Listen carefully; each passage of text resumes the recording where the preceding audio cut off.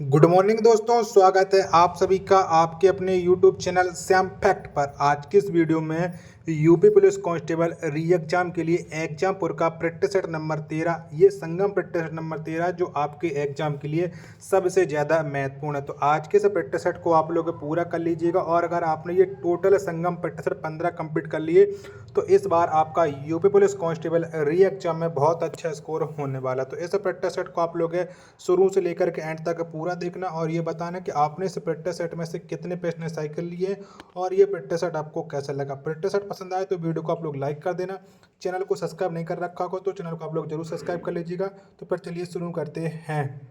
तो पहला प्रश्न है आपके सामने कि भारतीय संविधान का कौन सा भाग राज्य कल्याणकारी आदर्श की घोषणा करता है। तो ये कौन सा भाग करता है? तो ये करता है राज्य के नीति निर्देशक तत्व।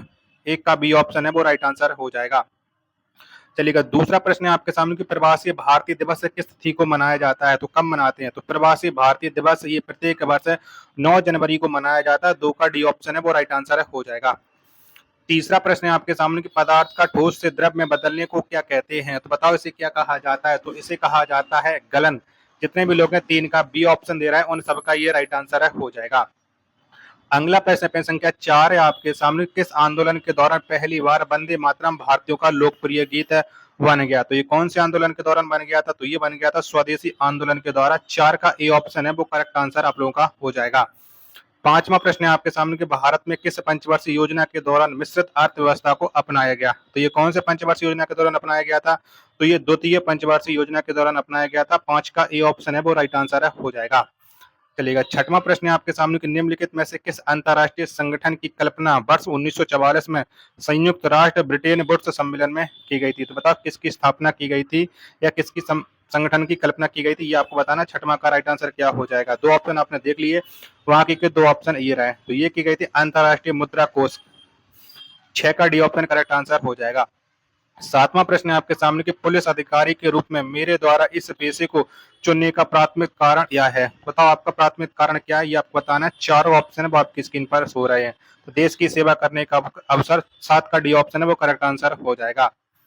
आठवां प्रश्न है आपके सामने कि निम्नलिखित में से कौन सा त्योहार विष्णु के 52 अवतार से संबंधित है। तो कौन सा त्योहार संबंधित है। तो ये ओणम त्योहार है वो संबंधित रखता है। 8 का सी ऑप्शन है वो राइट आंसर हो जाएगा। नौवां प्रश्न है आपके सामने कि झारखंड क्षेत्र स्वायत्त परिषद का गठन किस वर्ष किया गया था। तो ये गठन कब हुआ था। तो ये गठन हुआ था 30 जुलाई 1995 को। 9 का सी ऑप्शन है वो राइट आंसर है हो जाएगा। चलिएगा, 10वां प्रश्न है आपके सामने कि मध्य प्रदेश का कौन सा क्षेत्र अवंती के महाजनपद से जुड़ा हुआ था। तो कौन सा क्षेत्र जुड़ा हुआ था ये आपको बताना। 10 का राइट आंसर क्या हो जाएगा। तो ये जुड़ा था मालवा। 10 का ए ऑप्शन है वो करेक्ट आंसर आप लोगों का हो जाएगा। अगर आपको ये प्रैक्टिस सेट पसंद आ रहा है तो वीडियो को आप लोग लाइक कर दीजिएगा। चैनल को सब्सक्राइब नहीं कर रखा होगा तो चैनल को आप लोग जरूर सब्सक्राइब कर लीजिएगा। टोटल 15 प्रैक्टिस सेट आपको हमारे यूट्यूब चैनल पर मिलने वाले हैं। 11वां प्रश्न है आपके सामने कि निम्नलिखित में से कौन सा राज्य उर्वरकों की खपत में अग्रणी है। वो कौन सा राज्य है। तो ये है पंजाब राज्य है। 11 का बी ऑप्शन है वो आपका करेक्ट आंसर हो जाएगा। चलिएगा, नेक्स्ट प्रश्न है प्रश्न संख्या 12 है कि निम्नलिखित में से कोंकण रेलवे किस रेलखंड को जोड़ता है। तो कोंकण रेलवे किस किस को जोड़ता है। तो ये जोड़ता है रोहा से मंगलोर को। 12 का बी ऑप्शन है वो करेक्ट आंसर आप लोगों का हो जाएगा। 13वां प्रश्न है आपके सामने कि भारत छोड़ो आंदोलन के समय उत्तर प्रदेश के किस जिले में सामंतर सरकार की स्थापना की गई थी। तो कहां पर हुई थी सामंतर सरकार की स्थापना। तो ये हुई थी बलिया में। 13 का बी ऑप्शन है वो राइट आंसर हो जाएगा। 14वां प्रश्न है आपके सामने कि मोहिनी अट्टम एक पारंपरिक नृत्य है, यह भारत के किस राज्य में उत्पन्न हुआ। तो बताओ मोहिनी अट्टम कौन से राज्य से संबंध रखता है। तो ये संबंध रखता है केरल से। 14 का सी ऑप्शन है वो राइट आंसर है हो जाएगा। चलिए, अगला प्रश्न संख्या 15 है आपके सामने उत्तर प्रदेश में कुल कितने राजकीय संग्रहालय हैं। तो उत्तर प्रदेश में टोटल 13 राजकीय संग्रहालय है। 15 का सी ऑप्शन है वो राइट आंसर हो जाएगा। चलिएगा, 16वां प्रश्न है आपके सामने कि भारत में प्रथम शहरी रोपवे परियोजना उत्तर प्रदेश के किस जिले में प्रारंभ किया गया। तो ये कौन से जिले में शहरी रोपवे परियोजना है। तो ये चल रही है उत्तर प्रदेश के वाराणसी जनपद में। 16 का बी ऑप्शन है वो इस प्रश्न का राइट आंसर हो जाएगा। 17वां प्रश्न है आपके सामने उत्तर प्रदेश में सर्वाधिक महिला साक्षरता वाला जिला है। तो कौन सा है। तो उत्तर प्रदेश में सर्वाधिक महिला साक्षरता वाला जो जिला है वो जिला है कानपुर। ए ऑप्शन वो राइट आंसर हो जाएगा। 18वां प्रश्न है भारत के किस राज्य में सर्वाधिक बाल श्रमिक हैं। तो कौन से राज्य में। तो सबसे ज्यादा जो बाल श्रमिक हैं वो उत्तर प्रदेश में। 18 का ए ऑप्शन है वो करेक्ट आंसर हो जाएगा। 19वां प्रश्न है आपके सामने कि रक्षा मंत्रालय में रक्षा उत्पादन विभाग की स्थापना किस वर्ष की गई थी? तो ये स्थापना कब हुई थी? तो ये स्थापना हुई थी 1962 में। 19 का सी ऑप्शन है वो करेक्ट आंसर हो जाएगा। चलिए अगला प्रश्न संख्या 20 है आपके सामने कि राज्य विधानसभाओं में अनुसूचित जनजातियों के लिए स्थानों के आरक्षण का प्रावधान किया गया। तो ये प्रावधान कब कौन से अनुच्छेद में किया गया है? तो ये किया गया अनुच्छेद 332 में। 20 का ए ऑप्शन है वो करेक्ट आंसर हो जाएगा। 21वां प्रश्न है आपके सामने कि त्र्यंबकेश्वर निम्न में से किस नदी का उद्गम स्थल है? तो बताइए कौन सी नदी का उद्गम स्थल है? तो ये गोदावरी नदी का उद्गम स्थल है त्र्यंबकेश्वर। 21 का बी ऑप्शन है वो राइट आंसर हो जाएगा। 22वां प्रश्न है आपके सामने कि मानव अधिकारों का अर्थ है। तो बताओ क्या है मानव अधिकारों का अर्थ है? तो स्वतंत्रता से संबंधित अधिकार, स्वतंत्रता संबंधित अधिकार, व्यक्ति गर्भ संबंधी अधिकार यानी उपयुक्त सभी। 22 का डी ऑप्शन है वो राइट आंसर हो जाएगा। 23वां प्रश्न है आपके सामने कि विमान परिचालन हेतु विमानपत्तन हवाई अड्डों की संख्या को किस वर्ष तक दोगुना करने का लक्ष्य रखा है? तो कब तक दोगुने अंतर्राष्ट्रीय हवाई अड्डे हो जाएंगे? तो ये हो जाएंगे 2047 तक। 23 का सी ऑप्शन है वो राइट आंसर है हो जाएगा। चलिएगा अगला प्रश्न संख्या 24 है कि हाल ही में किस देश ने चंद्रमा के अंधेरे भाग से मिट्टी वापस लाने के लिए चांग ई 6 मिशन लॉन्च किया? तो ये किसने लॉन्च किया है? तो ये लॉन्च किया चीन ने। 24 का बी ऑप्शन है वो राइट आंसर हो जाएगा। चलिएगा प्रश्न संख्या 25 है आपके सामने कि हाल ही में किस राज्य ने अपनी प्रथम वर्ल्ड गैलरी खोली है? तो ये कौन से राज्य ने खोली है? तो ये अपनी प्रथम वर्ल्ड गैलरी खोली है उत्तराखंड ने। 25 का बी ऑप्शन है वो आप लोगों का करेक्ट आंसर हो जाएगा। 26वां प्रश्न है कि हाल ही में भारत ने वर्ल्ड चैंपियन ऑफ लीजेंड्स 2024 के फाइनल में किस देश को हराकर खिताब जीता है? तो ये किसे हराया है? तो ये हराया पाकिस्तान को। 26 का डी ऑप्शन है वो राइट आंसर हो जाएगा। अगर आपको ये प्रैक्टिस सेट संगम 13 पसंद आ रहा हो तो वीडियो को आप लोग लाइक कर दीजिएगा। चैनल को आप लोगों ने सब्सक्राइब नहीं कर रखा होगा तो चैनल को आप लोग जरूर सब्सक्राइब कर लीजिएगा। आप बिल्कुल लाइक नहीं कर रहे हो, देख लीजिएगा लाइक की संख्या कितनी कम है। 27वां प्रश्न है आपके सामने कि भारतीय राष्ट्रीय कांग्रेस का गठन 1885 में किसके द्वारा किया गया था? तो किसने गठन किया था कांग्रेस का? तो एलन ऑक्टेवियन ह्यूम ने किया था, जिसे हम ए ह्यूम बोलते हैं। 27 का सी ऑप्शन है वो करेक्ट आंसर हो जाएगा। चलिएगा 28वां प्रश्न है आपके सामने कि मातोश्री पुस्तक के लेखक कौन है? तो किसके द्वारा ये मातोश्री पुस्तक को लिखा गया? तो इसे लिखा है वेंकैया नायडू ने। 28 का सॉरी मातोश्री पुस्तक को सुमित्रा महाजन ने लिखा है। 28 का ए ऑप्शन है वो करेक्ट आंसर हो जाएगा। 29वां प्रश्न है आपके सामने कि डिजिटल हस्ताक्षर को आईटी अधिनियम 2000 की किस धारा के तहत परिभाषित किया गया? तो ये किस धारा के अंतर्गत आता है डिजिटल हस्ताक्षर? तो ये आता है धारा 2 के अंतर्गत। 29 का बी ऑप्शन है वो करेक्ट आंसर हो जाएगा। 30वां प्रश्न है आपके सामने कि निम्नलिखित में से विश्व प्रसन्नता रिपोर्ट 2024 में भारत का स्थान कौन सा है? तो कौन सा है हैप्पी इंडेक्स में भारत का स्थान? तो ये है 126वां। 30 का सी ऑप्शन है वो राइट आंसर हो जाएगा। 31वां प्रश्न है आपके सामने कि भारत के किस राष्ट्रपति ने सूचना प्रौद्योगिकी अधिनियम 2000 पर हस्ताक्षर किए हैं? बताओ किसने हस्ताक्षर किए हैं? 31 का आंसर आपको बताना है। तो ये हस्ताक्षर किए थे के आर नारायण। ये उस समय भारत के राष्ट्रपति थे। 31 का बी ऑप्शन है वो करेक्ट आंसर हो जाएगा। 32वां प्रश्न है आपके सामने किसी को पीछे ना छोड़ना सभी की गिनती करना ये थीम किस दिवस से संबंधित है? तो बताइए कौन से दिवस से संबंध रखती है? तो ये संबंध रखती है विश्व जनसंख्या दिवस से, जो प्रत्येक वर्ष 11 जुलाई को मनाया जाता है। 33वां प्रश्न है आपके सामने कि साइबर अपराध में निम्नलिखित की चोरी शामिल है? तो बताओ ये किसकी चोरी शामिल है? ये आपको बताना है। 2 ऑप्शन ये रहे, बाकी के 2 ऑप्शन है वो आप लोग ये देख लीजिएगा। तो ये सबकी चोरी संबंध रखती है। 33 का डी ऑप्शन है वो करेक्ट आंसर हो जाएगा। 34वां प्रश्न है आपके सामने कि इराक की मुद्रा है। तो बताओ कौन सी है इराक की मुद्रा? तो ईरानी दिनार है इराक की मुद्रा। 34 का बी ऑप्शन है वो करेक्ट आंसर हो जाएगा। 35वां प्रश्न है आपके सामने कि वीरता पुरस्कार मरणोपरांत प्राप्त करने वाले सैनिकों के परिजनों को कौन प्रदान करता है? तो कौन प्रदान करता है? तो इन्हें प्रदान करते हैं भारत के राष्ट्रपति। 35 का सी ऑप्शन है वो करेक्ट आंसर आप लोगों का हो जाएगा।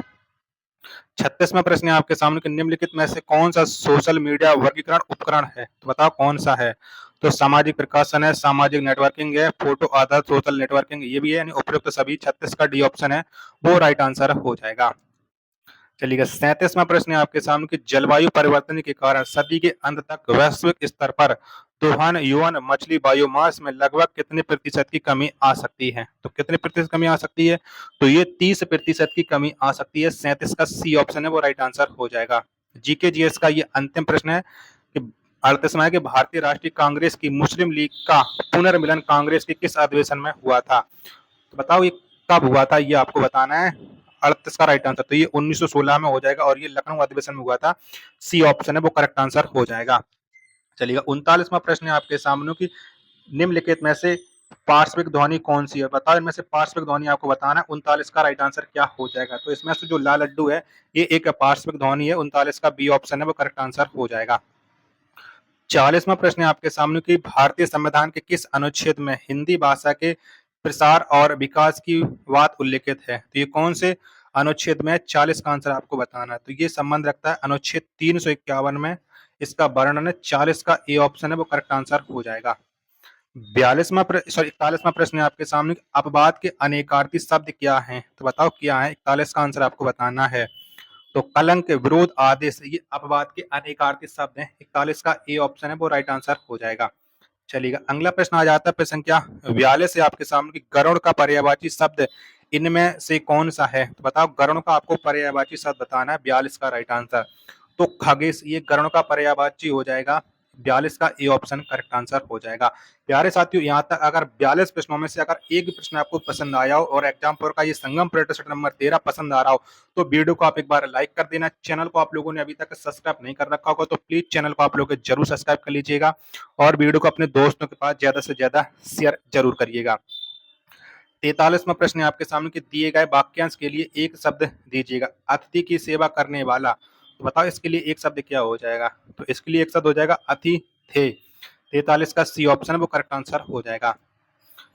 44वां प्रश्न है आपके सामने, उस विकल्प का चयन करें जो निम्न मुहावरे का अर्थ व्यक्त करता है।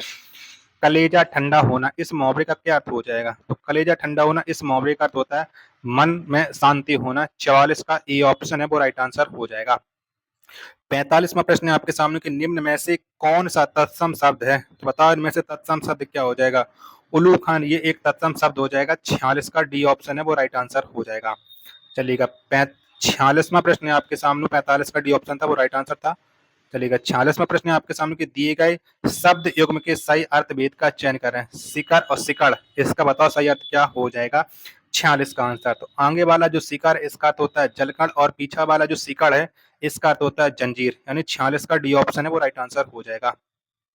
47वां प्रश्न है आपके सामने कि निम्नलिखित में से कौन सा शब्द समूह संज्ञावाचक संज्ञा नहीं है? तो बताओ कौन सा नहीं है? तो इसमें से जो दौड़ है ये बिल्कुल नहीं है। 47 का डी ऑप्शन है वो राइट आंसर है हो जाएगा। चलिएगा 48वां प्रश्न है आपके सामने कि नीचे दिए गए विकल्पों में से कौन सा विलोम शब्द युग्म में सही नहीं है? बताओ इनमें से कौन सा नहीं है? 48 का आंसर आपको देना है।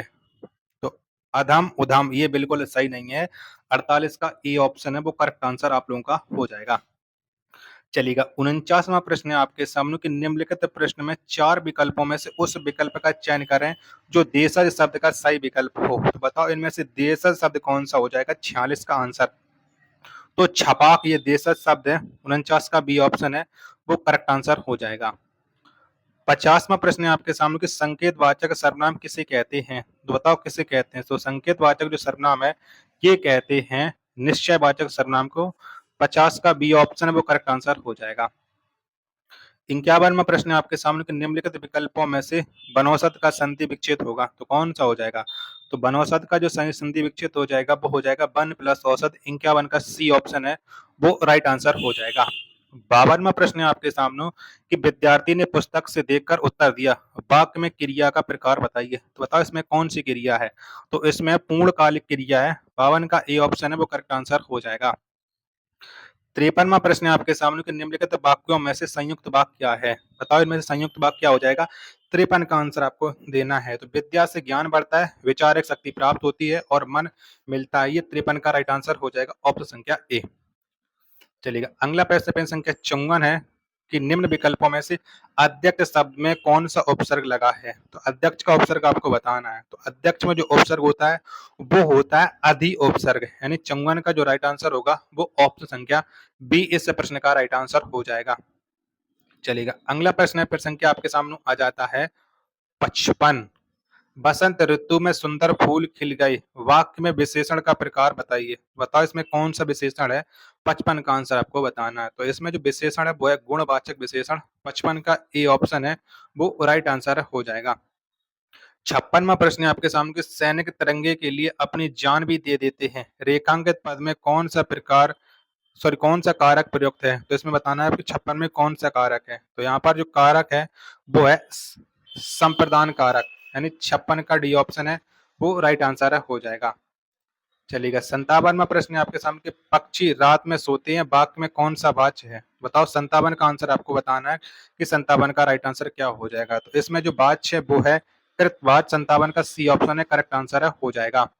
ठीक है 58वां प्रश्न है आपके सामने कि निम्नलिखित में से शिवा अर्पण शब्द में कौन सा समास है? तो बताओ शिवा अर्पण में कौन सा है? तो इसमें जो समास है वो समास है तत्पुरुष समास, यानी 58 का डी ऑप्शन है वो राइट आंसर हो जाएगा। 59वां प्रश्न है आपके सामने कि निम्नलिखित विकल्पों में से शुद्ध वर्तनी वाले शब्द का चयन कीजिएगा। बताओ इनमें से किसकी वर्तनी है वो शुद्ध है? फटाफट से 59 का आंसर आपको देना है। तो प्रेमचंद की जो वर्तनी है वो शुद्ध लिखी है, 59 का ए ऑप्शन है वो करेक्ट आंसर आप लोगों का हो जाएगा। चलिएगा 60वां प्रश्न है आपके सामने कि रमेश उधर जाएगा, इस वाक्य में किस प्रकार की क्रिया विशेषण का प्रयोग हुआ है?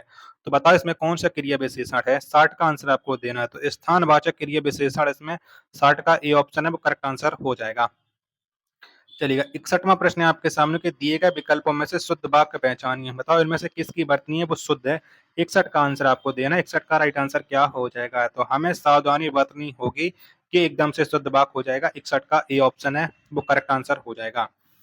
62वां प्रश्न है आपके सामने घृणा, आश्चर्य, हर्ष आदि भावों को व्यक्त करने वाले शब्दों के साथ किस चिन्ह का प्रयोग किया जाता है? तो बताओ इसमें कौन से चिन्ह का प्रयोग होता है? तो इसमें होता है विस्मय आदि बोधक चिन्ह का प्रयोग। 62 का बी ऑप्शन है वो करेक्ट आंसर हो जाएगा।